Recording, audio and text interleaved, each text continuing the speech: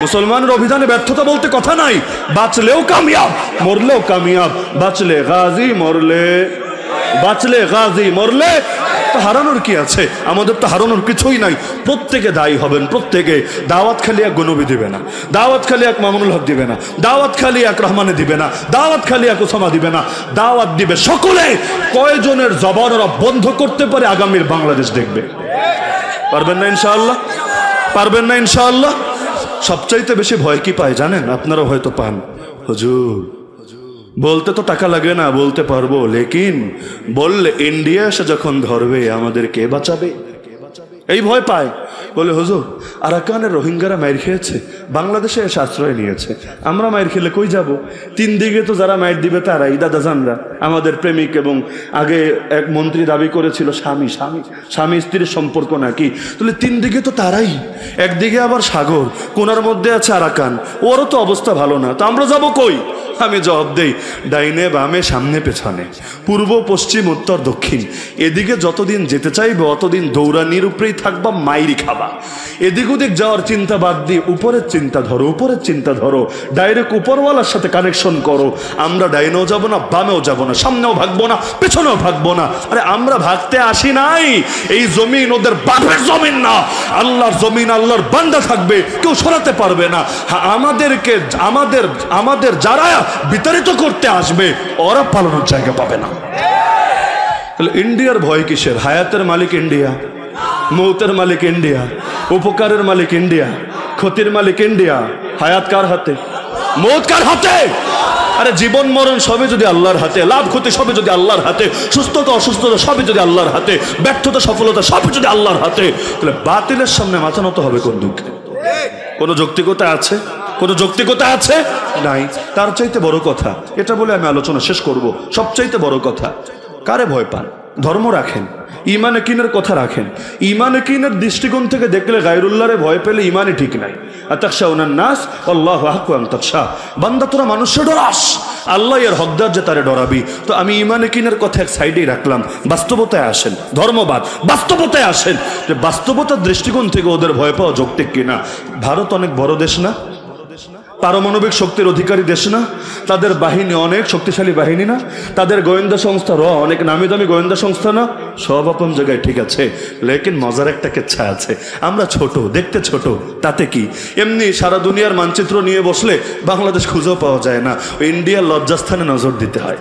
লজ্জাস্থানটা ভালো মতো নজর দিলে তখন দেখা যায় ও ছোট্ট, এটা হলো বাংলাদেশ, এমনি খুঁজেও পাওয়া যায় না। বাস্তবতা ঠিক আছে। তো এমনি ইন্ডিয়ার পেটের মধ্যে থাকতে পারি, কথা সহি, লেকিন পেটে থাকা মানে দুর্বল না, পেটে থাকা মানে অনেক সময় সবল। কিভাবে?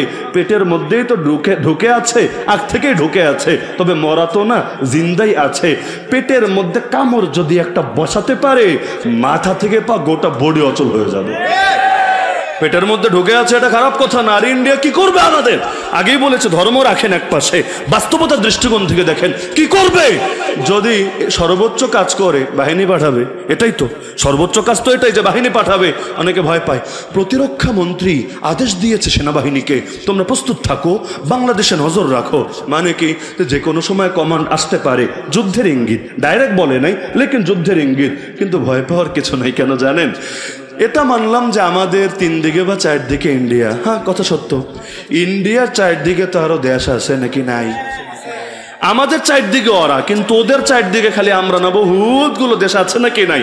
আচ্ছা, এই বাংলাদেশটা বাদ দিয়ে দ্বিতীয় আরেকটা প্রতিবেশীর নাম বলেন তো, ইন্ডিয়ার প্রতিবেশী, যার সাথে ইন্ডিয়ার জামাইয়ের বউর মতো বা প্রেমিক প্রেমিকার মতো অথবা বন্ধু বন্ধুর মতো সম্পর্ক আছে, একটা দেশের নাম বলেন।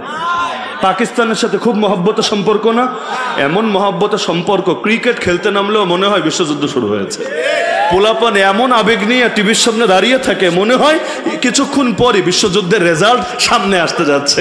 ভয়াবহ অবস্থা। চীনের সাথে সম্পর্ক খুব ভালো না? খুব ভালো।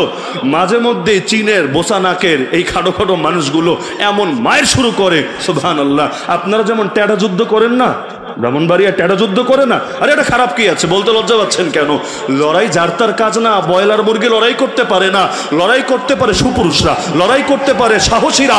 আর এই যে লড়াই করতে জানে, সারা দেশ খারাপ বলতে পারে, সারা দেশ গালি দিতে পারে, লেকিন এটা মনে রাখতে হবে সাহসী যার তার ঘরে জন্মায় না রে ভাই, বাঘ বাঘই, সিংহ সিংহই। হ্যাঁ, আজকে হয়তো জ্ঞানের অভাবের কারণে, ইলমের অভাবের কারণে তারা লড়াই করছে দুনিয়ার জন্য, তারা লড়াই করছে দুনিয়ার সামান্য স্বার্থের জন্য। কিন্তু এই মানুষগুলো যেদিন ঈমানের বুঝ পাবে, এই মানুষগুলোই যেদিন দ্বীনের জন্য জেগে উঠবে, তখন তাদের লড়াই হবে আল্লাহর জমিন, আল্লাহর দ্বীন কায়েমের জন্য। তখন ওই ব্রয়লার মুরগিদেরকে দিয়ে কিচ্ছু হবে না, এই মানুষগুলোরই প্রয়োজন হবে। তো ওই নাক বোচা পাকিস্তানি ওই চায়নার বাহিনীগুলো মাঝে মধ্যে দেখবেন ওদের মারতে মারতে পিটিয়ে কয়ডারে মেরে ফেলেছে, আবার কয়ডারে আহত করেছে। যখন মেরে ফেলে পত্রপত্রিকা আবার লেখে যে বিএসএফ এর 5 জন জওয়ান 10 জন জওয়ান শহীদ হয়েছে। আচ্ছা, শহীদ হয়েছে ভালো কথা, শহীদদের নাম কি?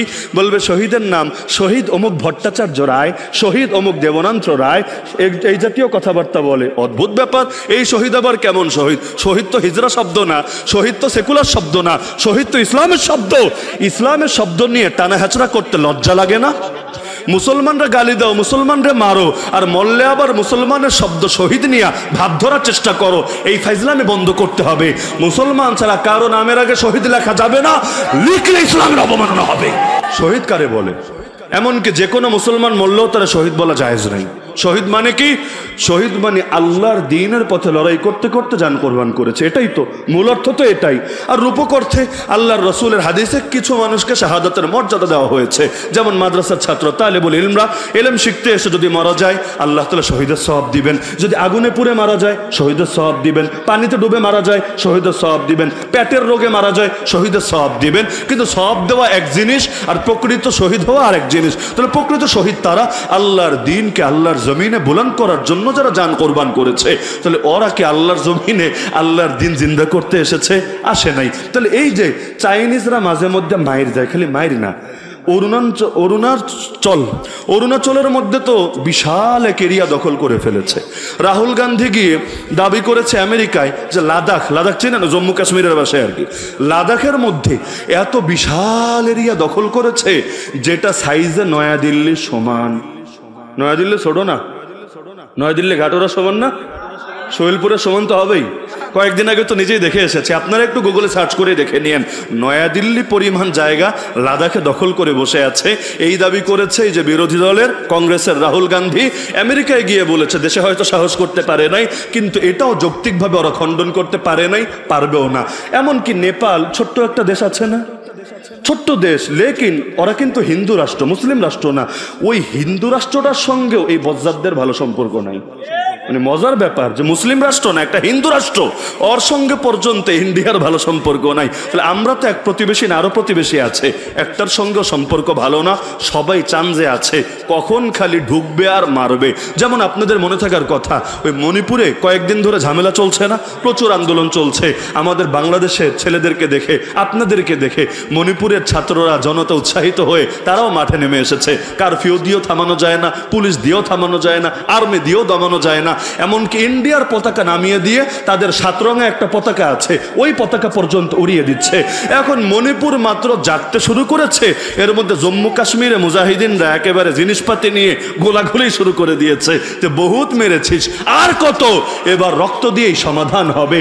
আমাদের একটাই কাজ হবে, সেটা হল ইন্তেকাম, প্রতিশোধ আর বদলা নিতে হবেই হবে। তার মানে কি, যে একদিকে বাইরে যারা আছে ওরাও চান্সে আছে, দ্বিতীয়ত ভেতরে যারা আছে ওরাও চান্সে আছে। এই যে 7 সিস্টার্স বলেন না, এই যে আমাদের আশপাশে আছে, আর আমাদের কাছে ওদের গলাটা আছে চিকেন নেক, মুরগির গলা, ব্রয়লার মুরগির গলা আর কি। মুরগির গলাতে এমনি চাপ দিলেই শেষ, ছোট্ট একটা গলা, ও পাশে অন্য রাষ্ট্র, এ পাশেও বাংলাদেশ, ছোট্ট একটা গলা। এই গলাটা নিয়ে সবসময় টেনশনে আছে। 7 সিস্টার্স, 7 সিস্টার্স মানে 7 বোন, 7 রাজ্য না। 7 সিস্টার শব্দের অর্থ যাই হোক, 7 সিস্টার্স মানে 8টা রাজ্য। কয়টা রাজ্য? নামে 7টা কিন্তু আসলে রাজ্য কয়টা? 8টা। অনেক ক্ষেত্রে এমন হয় নামে আর কামে মিলে না। যেমন আমরা চিশতিয়া তরিকার একটা জিকির আছে 12 তসবি বলি আমরা, 12 তসবি, কিন্তু আসলে জিকির হলো 1300 বার। বলা হয় 12 তসবি, জিকির হলো 1300 বার, নাম হয়ে গিয়েছে। অনেক ক্ষেত্রে হয় নাম একটা হয়ে যায়, পরে আর সেটা চেঞ্জ হয় না। আপনাদের ব্রাহ্মণবাড়ি এমন লোক নাই নামই শহীদুল ইসলাম নাই, অথচ জিন্দা, আস্ত জিন্দা একটা লোক, কিন্তু নাম কি? শহীদুল ইসলাম। এমন লোক নাই নামই মুজাহিদ বা আমিরুল মুজাহিদিন। আরে আছে কি না? নামই মুজাহিদ, কিন্তু জিহাদের ট্রেনিং আছে, জিহাদের ময়দানে সময় দিয়েছে, কিচ্ছু না, নামই হয়ে গিয়েছে। অনেক ভণ্ড বেদাতির নাম আছে জিহাদি, জানেন না আপনারা? ভণ্ড কিন্তু নাম কি? জিহাদি। তুমি কোন ময়দানে জিহাদ করে? জিহাদি। আরাকানে না কাশ্মীরে, আফগানিস্তানে না ইরাকে, ইয়ামানে না সিরিয়ায়? বলবে না না, ওই জিহাদ করলে তো আমাদের নেত্রী এতদিন কাশিমপুরে ভরে রাখতো, এই জিহাদ সেই জিহাদ না। এই জিহাদ আবার কোন জিহাদ? এই জিহাদ হলো কওমি হুজুরদের বিরুদ্ধে জিহাদ, ওহাবিদের বিরুদ্ধে জিহাদ, খারেজিদের বিরুদ্ধে জিহাদ। এই জিহাদ হলো মাইক ফাটানো জিহাদ। কেমন হয় না, অনেক সময় নামে কামে মিল থাকে না। তো 7 সিস্টার্স মানে 7 বোন না, কয় বোন? 8 বোন, 8টা রাজ্য। প্রতিটা রাজ্যের মধ্যে অনেক বিদ্রোহী সংগঠন অস্ত্রশস্ত্র নিয়ে বসে আছে। লোকে বলে আর কি, অস্ত্র নাকি চীন দিয়েছে। তো চীন দেখ আর জাপান দেখ আর যেই দেশ দেখ, জিনিসপাতি নিয়ে বসে আছে, খালি সুযোগের অপেক্ষায়। দুর্বল পেলে ঠাস ঠুস করে মারতে শুরু করবে। আমাদের পার্বত্য অঞ্চলে যেমন স্বাধীনতা চায় অনেক উপজাতিদের সংগঠন, ওরাও স্বাধীনতা চায়, ভারত থেকে আলাদা হতে চায়। তো ওদিকে কাশ্মীর, এদিকে 7 সিস্টার্স, মাঝখানে ওর বহুত আছে, খালি চান্সের অপেক্ষায়। তো এবার তর্কের খাতিরে মানলাম যে আমাদের নেত্রী উস্কায়া দিল, তাড়াতাড়ি পাঠাও মোদিজি, আর সহ্য হচ্ছে না, শুভ কাজে দেরি করতে নাই, জলদি পাঠিয়ে দাও, মোল্লা মুন্সিরে একটা সাইজ করে দাও। তো বাহিনী মনে করেন আসলো হেলিকপ্টারে চড়ে, বিমানে চড়ে, যে আমাদের মোল্লা মুন্সিদের শহীদ করবে। ভালো কথা, যদিও ভুলক্রমে ব্রাহ্মণবাড়িয়ে আসলে খেলা জমে যাবে। অন্য যেখানে যায় যাক, অন্য যা করে করুক, এমনকি খালি যদি ভুলে ব্রাহ্মণবাড়িয়ার কোনো চিপায় চাপায় আসে, তারপর তো আসল খেলা জমবে। তো ঢুকতে দেরি, ঢুকলে যে একদিনে বের হতে পারবে 2 দিনে এমন না। 71 সালে ভাঙ্গা বন্দুক নিয়ে 9 মাস পর্যন্ত এদের আর যেতে দেয় নাই। আর এখন তো ভাঙ্গা বন্দুক না, আস্ত জিনিসপাতি আছে, এত সহজে কি ছেড়ে দেবে? তাহলে দেখা গেল এসে ঢুকলো, এখন লড়াই লম্বা লম্বা লম্বা হলো। আর বাংলাদেশের মানুষরে কি গলির ভয় দেখিয়ে ঘরে ফেরানো যাবে? আরে আবু সাইদদেরকে দেখে মানুষ শিখে গেছে। একটা কথা মাথায় রেখে দেবেন গেথে খুব ভালো মতো, যে যেই জাতি রক্ত দেওয়া একবার শিখে যায়, ওই জাতিকে পৃথিবীর কোনো ভয় দেখিয়ে দমিয়ে রাখা যায় না। বাংলার দামাল ছেলেরা, আমাদের তাওহীদি জনতা রক্ত দিতে শিখে গেছে। এখন আর হামলা মামলা যুদ্ধের ভয় দেখিয়ে তাদেরকে রুখে দেওয়া যাবে না।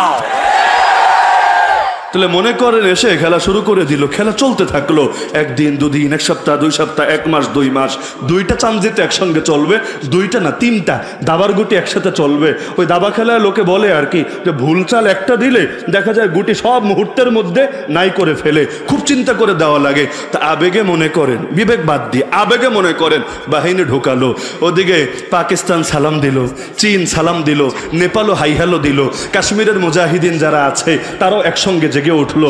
জাগে না টিটকারি মেরেছিলি, বাংলাদেশে ছোটা লাদেন আগায়া, ঠিক হয় আব্বারা লাদেন আগায়া। তো এখন কি করবি দেখ না, কারণ আমাদের গালি দেয় কাঠমোল্লা বলে। কাঠমোল্লা, কাঠ তো নরম, তার মানে কাঠমোল্লার বাড়ি খেয়ে অবস্থা, কাঠমোল্লার ঠেঙ্গানি খেয়ে অবস্থা।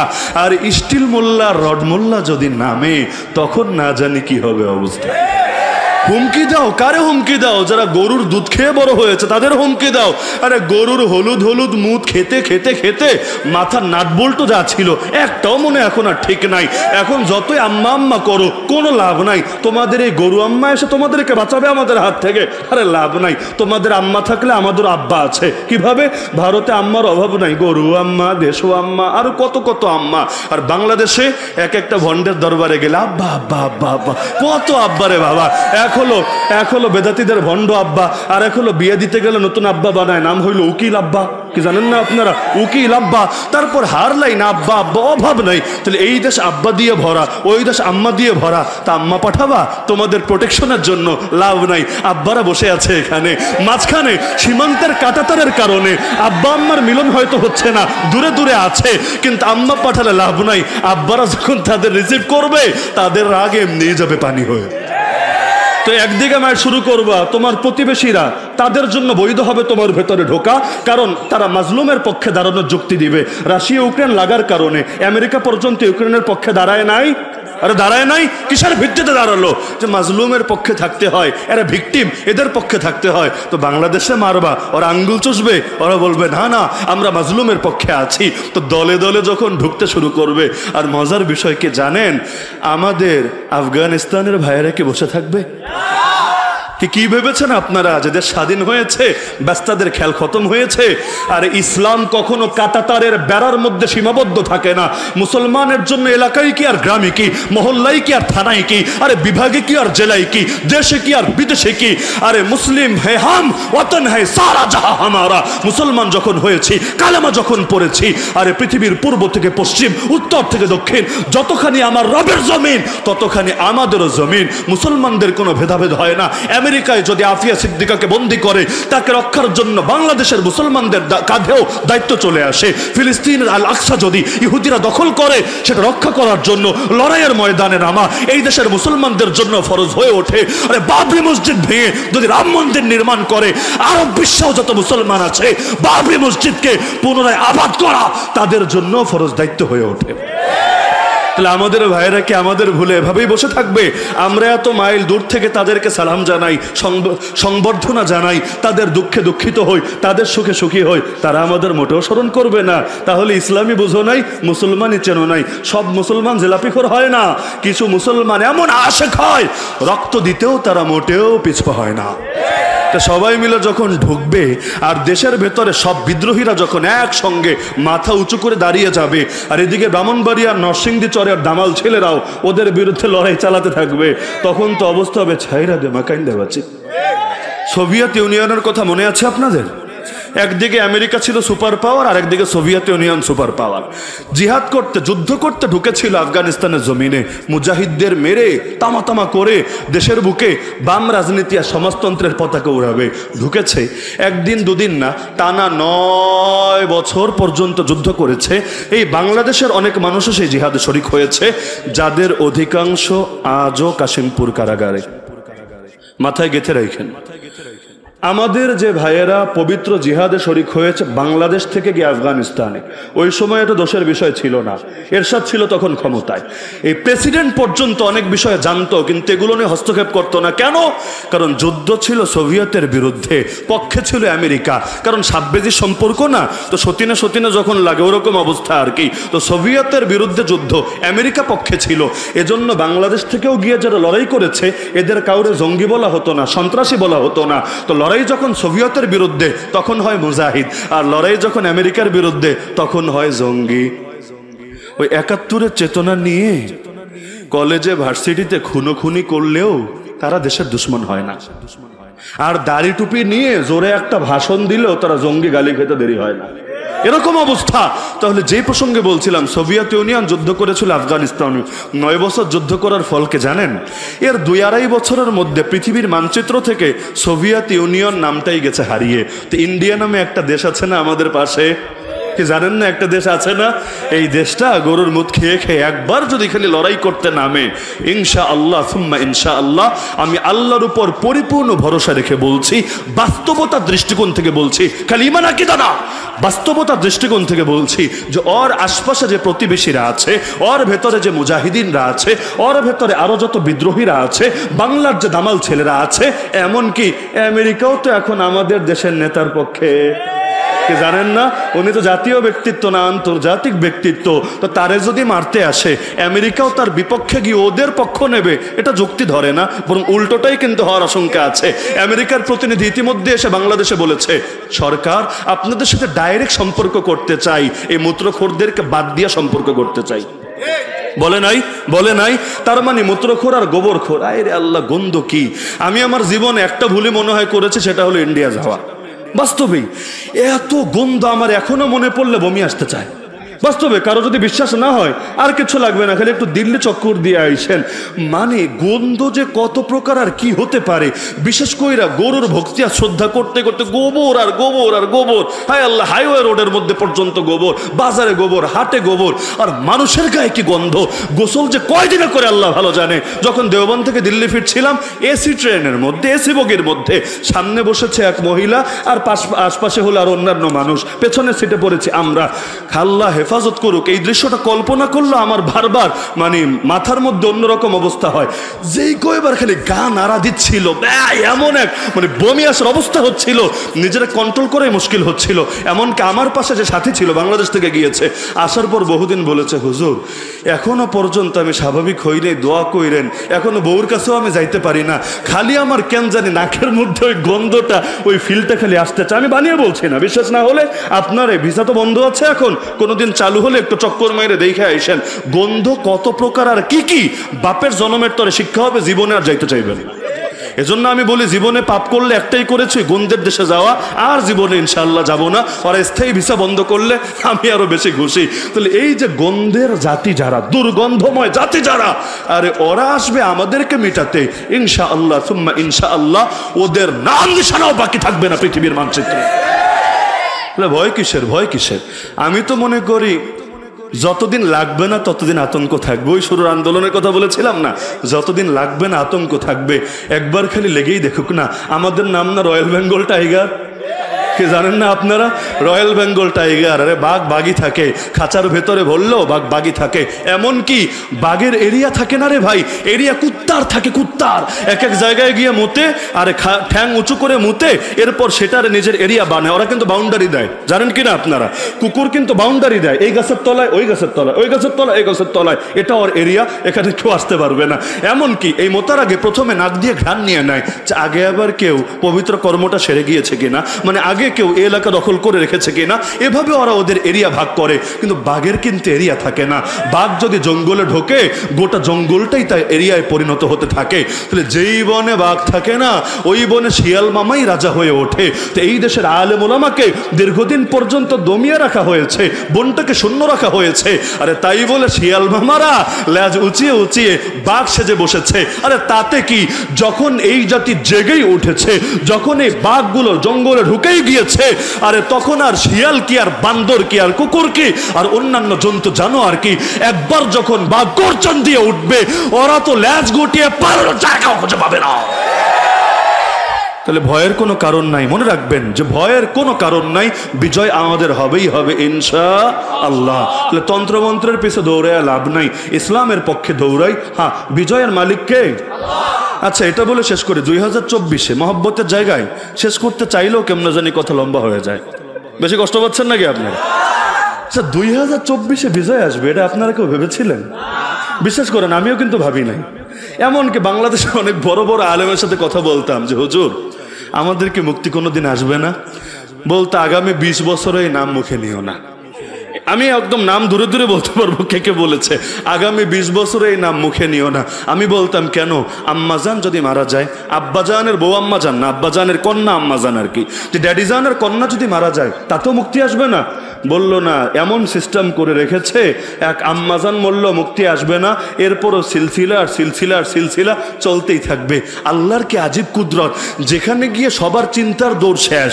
এমনকি রাজনীতিবিদ যারা আছে, বড় বড় রাজনৈতিক দল করে, এরাও ভাবতে পারে নাই আল্লাহ ছোট ছোট বাচ্চাদেরকে দিয়ে ওদেরকে ল্যাজ গুটিয়ে ভাগিয়ে ছেড়েছে।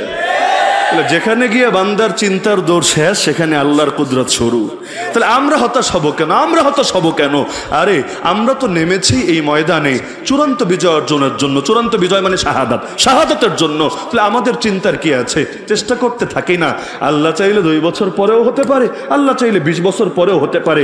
দিনের জন্য বেলাল হওয়া লাগলেও আলহামদুলিল্লাহ, দিনের জন্য খালেদ বিন ওয়ালিদ হওয়া লাগলেও আলহামদুলিল্লাহ, দিনের জন্য সুমাইয়া হওয়া লাগলেও লাব্বাইক আল্লাহুম্মা লাব্বাইক, আর দিনের জন্য যদি মোহাম্মদ বিন কাসেম হওয়া লাগে তখন লাব্বাইক আল্লাহুম্মা লাব্বাইক। আমরা হর হালতে রেডি আছি। সুতরাং আমাদের পিছপা হওয়ার কোনো কারণ নাই, আমরাই বিজয়ী হব ইনশাআল্লাহ। তো লম্বা চওড়া কোনো আলোচনা করছি না, শুধু এই বার্তাটা আমি দিয়ে যাচ্ছি, মনোবল ভাঙবেন না, শুধু দাওয়াত দিতেই থাকেন। আর যাদেরকে দাওয়াত দেবেন প্রত্যেককে সমর্থক না, কর্মীতে পরিণত করেন। কর্মী যারা নিজের জানও বিলিয়ে দিতে রাজি, যারা অর্থের কাছেও বিক্রি হবে না, নারী কেলেঙ্কারিতেও জড়াবে না, পৃথিবীর কোনো স্বার্থ যাদেরকে এই পথ থেকে সরাতে পারবে না, একমাত্র মৃত্যু ছাড়া এই পথ থেকে যারা এক চুলো পিছপা হবে না, ইনশাআল্লাহ তাদের হাতেই আগামীর বাংলাদেশের নতুন বিজয় রচিত হবে ইনশাআল্লাহ।